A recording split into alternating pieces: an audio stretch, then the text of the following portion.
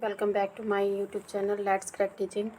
आज हम जीन पियाजे का संज्ञानात्मक सिद्धांत के बारे में पढ़ेंगे। So watch this video till the and.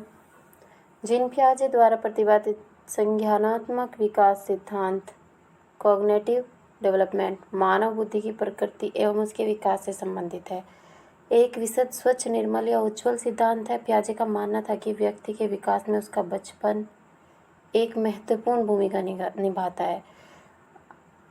पियाजे का सिद्धांत विकासी अवस्था सिद्धांत भी कहा जाता है।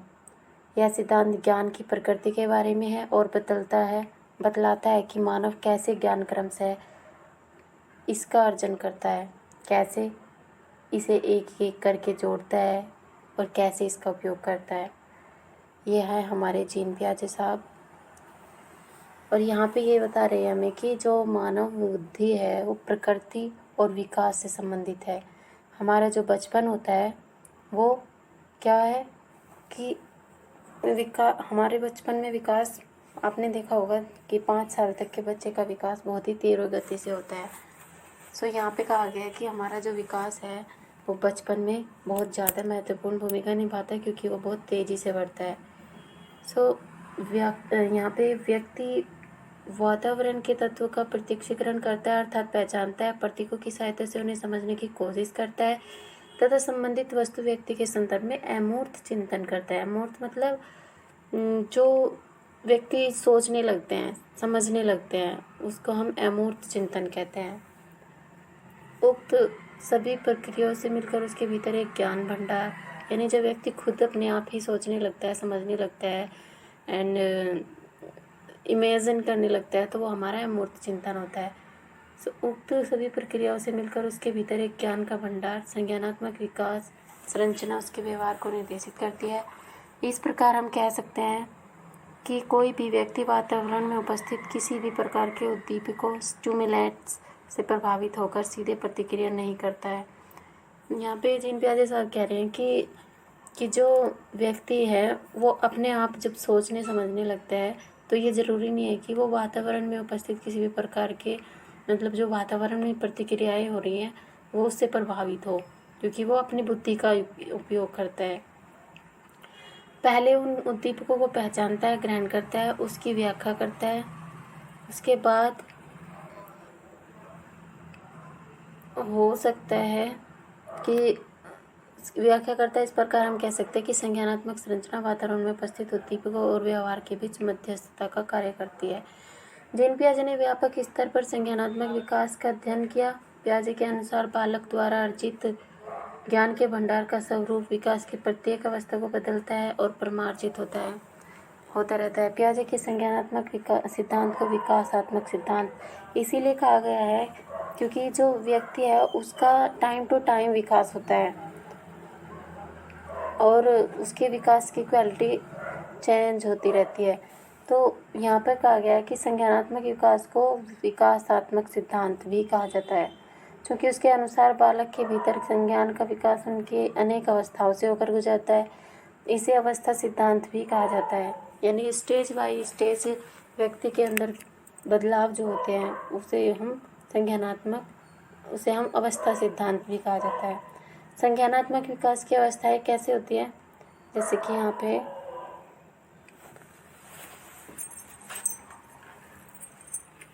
जीन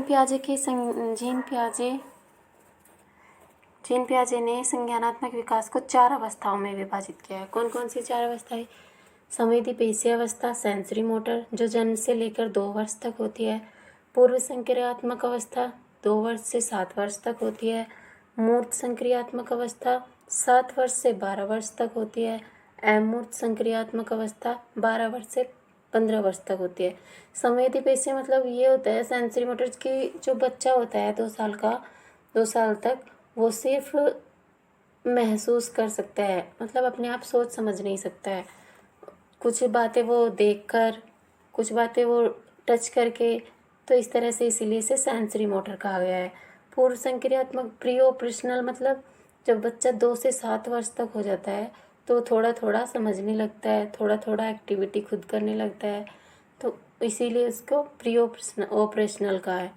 मूर्त संक्रियात्मक अवस्था यानी कॉन्क्रीट ऑपरेशनल, यहाँ पे 7 से 12 वर्ष तक जो बच्चा जो होता है 7 से 12 साल के बीच में जो होता है, वो उसकी जो सोचने समझने की कैपेबिलिटी है वो थोड़ी और बढ़ जाती है। और अमूर्त संक्रियात्मक अवस्था यानी 12 से 15 वर्ष का बच्चा जो होता है वो सब अपने आप सोच सकता है, अपने इमेजिन कर सकता है और समझ सकता है। उसकी कैपेबिलिटी मतलब उसकी क्वालिटी टाइम अकॉर्डिंग टू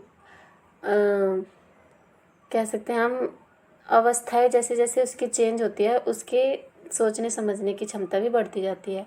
संवेदीपेशीय अवस्था जन्म से लेकर 2 वर्ष तक। इस अवस्था में बालक केवल अपनी संवेदनाओं शारीरिक क्रियाओं की सहायता से ज्ञान अर्जित करता है। बच्चा जन्म लेता है तो उसके भीतर सहज क्रियाएं रिफ्लेक्सेस होती है। इन सहज क्रियाओं और ज्ञानेंद्रियों की सहायता से बच्चा वस्तुओं, ध्वनियों, स्पर्श, रसों एवं गंधों का अनुभव करता है। तो यहाँ पे कहा गया है कि जब बच्चा 2 वर्ष तक होता है तो वो अपने शारीरिक क्रियाओं की सहायता से ज्ञान अर्जित करता है। इन सहज क्रियाओं के ज्ञान यहाँ पे ध्वनि, स्पर्श, रस और गंध वो देखकर, सूंघकर महसूस करता है। वातावरण। Welcome back to my YouTube channel let's crack teaching. आज हम जीन पियाजे का संज्ञानात्मक सिद्धांत के बारे में पढ़ेंगे। So watch this video till the end. Jean पियाजे द्वारा प्रतिपादित संज्ञानात्मक विकास सिद्धांत कॉग्निटिव डेवलपमेंट मानव बुद्धि की प्रकृति एवं उसके विकास से संबंधित है।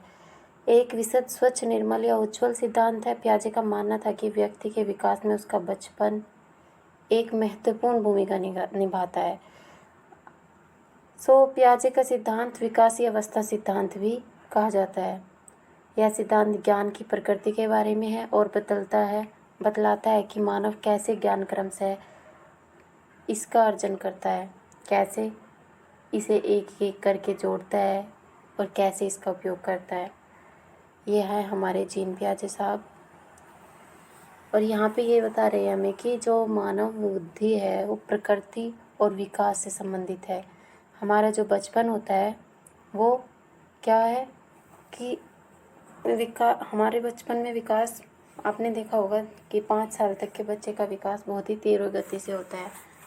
यहाँ पे कहा गया है कि हमारा जो विकास है वो बचपन में बहुत ज़्यादा महत्वपूर्ण भूमिका निभाता है क्योंकि वो बहुत तेज़ी से बढ़ता है।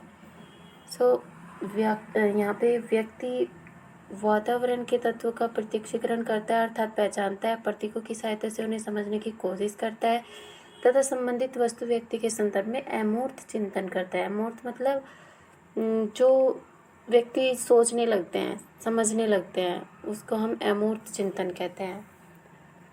उक्त सभी प्रक्रियाओं से मिलकर उसके भीतर एक ज्ञान भंडार, यानी जब व्यक्ति खुद अपने आप ही सोचने लगता है, समझने लगता है एंड इमेजिन करने लगता है तो वो हमारा अमूर्त चिंतन होता है। उक्त सभी प्रक्रियाओं से मिलकर उसके भीतर एक ज्ञान का भंडार, संज्ञानात्मक विकास संरचना उसके व्यवहार को निर्देशित करती है।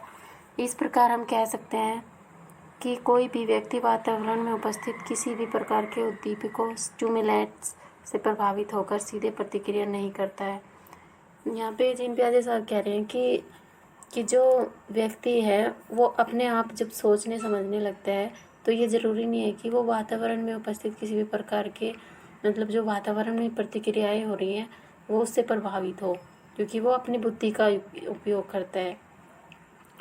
पहले उन उद्दीपकों को पहचानता है, ग्रहण करता है, उसकी व्याख्या करता है, उसके बाद हो सकता है कि व्याख्या करता है। इस प्रकार हम कह सकते हैं कि संज्ञानात्मक संरचना वातावरण में उपस्थित उद्दीपकों और व्यवहार के बीच मध्यस्थता का कार्य करती है। जीन पियाजे ने व्यापक स्तर पर संज्ञानात्मक विकास का अध्ययन किया। पियाजे के अनुसार बालक द्वारा अर्जित ज्ञान के भंडार का स्वरूप विकास की प्रत्येक अवस्था को बदलता है और परिमार्जित होता रहता है। पियाजे के संज्ञानात्मक सिद्धांत को विकासात्मक सिद्धांत इसीलिए कहा गया है क्योंकि जो व्यक्ति है उसका टाइम टू टाइम विकास होता है और उसके विकास की क्वालिटी चेंज होती रहती है। तो यहाँ पर कहा गया है कि संज्ञानात्मक विकास को विकासात्मक सिद्धांत भी कहा जाता है। क्योंकि उसके अनुसार बालक के भीतर संज्ञान का विकास उनकी अनेक अवस्थाओं से होकर गुजरता है। इसे अवस्था सिद्धांत भी कहा जाता है। यानी स्टेज बाई स्टेज व्यक्ति के अंदर बदलाव जो होते हैं उसे हम अवस्था सिद्धांत भी कहा जाता है। संज्ञानात्मक विकास की अवस्थाएं कैसे होती है, जैसे कि यहाँ पे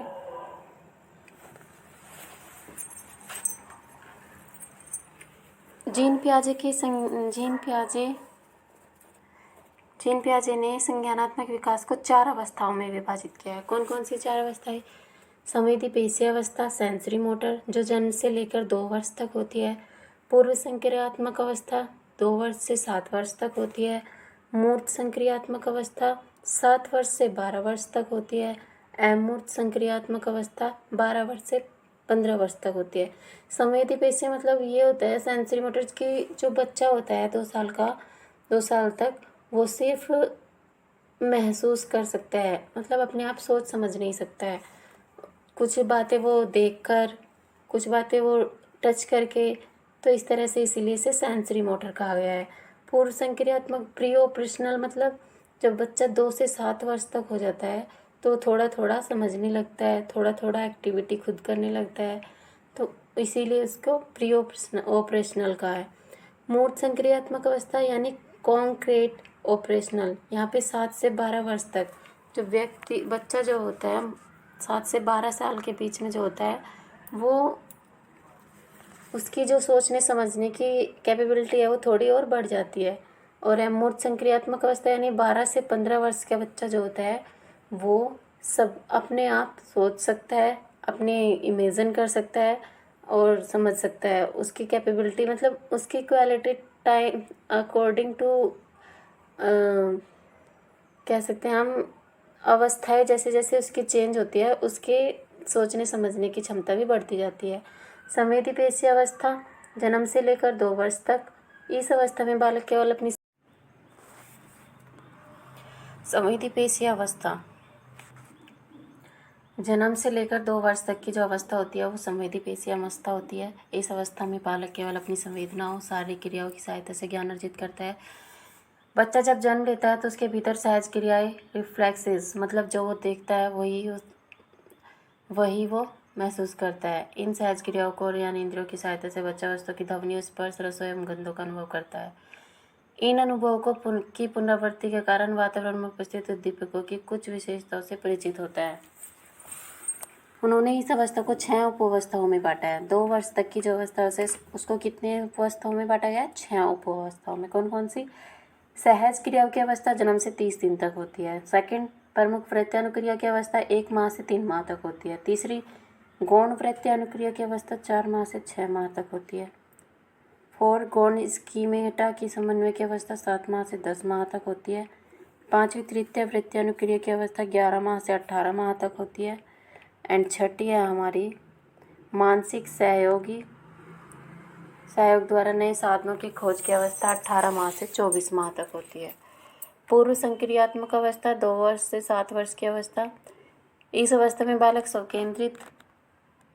स्वकेंद्रित एवं स्वार्थी न होकर दूसरों के संपर्क में ज्ञान अर्जित करता है। अब वह खेल, अनुकरण, चित्र निर्माण तथा भाषा के माध्यम से वस्तुओं के संबंध में अपनी जानकारी अधिक बढ़ाता है और धीरे धीरे वह प्रतीकों को ग्रहण करता है। और किंतु किसी भी कार्य का क्या संबंध होता है तथा तार्किक चिंतन के प्रति अनभिज्ञ रहता है। धीरे धीरे वह प्रतीकों को ग्रहण करता है, किंतु किसी भी कार्य का क्या संबंध होता है इस बात से वो अनभिज्ञ रहता है। देखता तो है वो सब कुछ, समझने की कोशिश करता है, पर फिर भी वो सिर्फ देखता है और ये सोचता है कि ये सब हो क्या रहा है, वो समझ नहीं पाता। वो अब पूरी तरह से अपने आप उसमें उसका तार्किक चिंतन नहीं कर पाता। इस अवस्था के अनुकरणशीलता पाई जाती है, यानी कि बच्चा जो देखता है वही करता है, वही समझता है, वही सीखता है।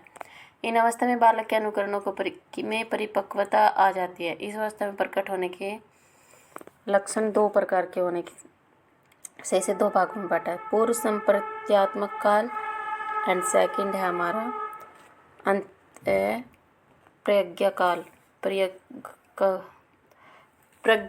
काल, इंट्यूटिव यानी कि इंट्यूटिव थॉट। ये क्या होता है, 4 वर्ष से 7 वर्ष तक बालक छोटी छोटी गणनाओं जैसे जोड़ना, घटाना आदि सीख लेता है, संख्या प्रयोग करने लगता है। इससे क्रमबद्ध तर्क नहीं होता है। मूर्त संक्रियात्मक अवस्था 7 से 12 वर्ष। इस अवस्था में बालक विद्यालय जाना प्रारंभ कर लेता है, यानी 7 साल से 12 साल तक बच्चा विद्यालय जाने लगता है। लेकिन आजकल तो 4 साल के बच्चे ही, 3 साल के बच्चे ही जाने लगते हैं। भिन्नता समझने की क्षमता उत्पन्न हो जाती है। इस अवस्था में बालक में संख्या, बोध, वर्गीकरण, क्रमानुसार व्यवस्था, किसी भी वस्तु व्यक्ति के मध्य पारस्परिक संबंध का ज्ञान हो जाता है। वह तर्क कर सकता है। संक्षेप में वह अपने चारों ओर के पर्यावरण के साथ अनुकूलन करने के लिए अनेक नियम को सीख सकता है। औपचारिक या अमूर्त संक्रियात्मक अवस्था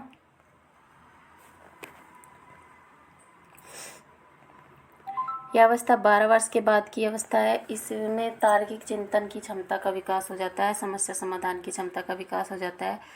वास्तविक या अवास्तविक में अंतर समझने लगता है बच्चा। वास्तविक अनुभवों को काल्पनिक परिस्थितियों में ढालने की क्षमता रखता है।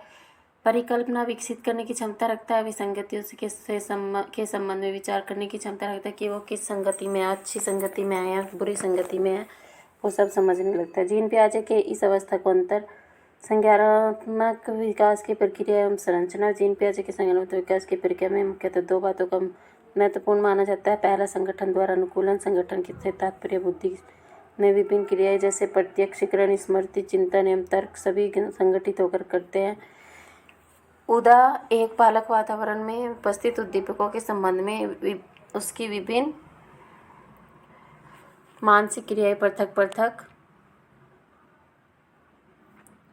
कार्य नहीं करती, बल्कि एक साथ संगठित होकर कार्य करती है। यानी कि वो अलग अलग कार्य नहीं करती। उसकी मानसिक विकृति वो एक ही साथ कार्य करती है। संगठन व्यक्ति के एवं वातावरण के संबंध में आंतरिक से प्रभाव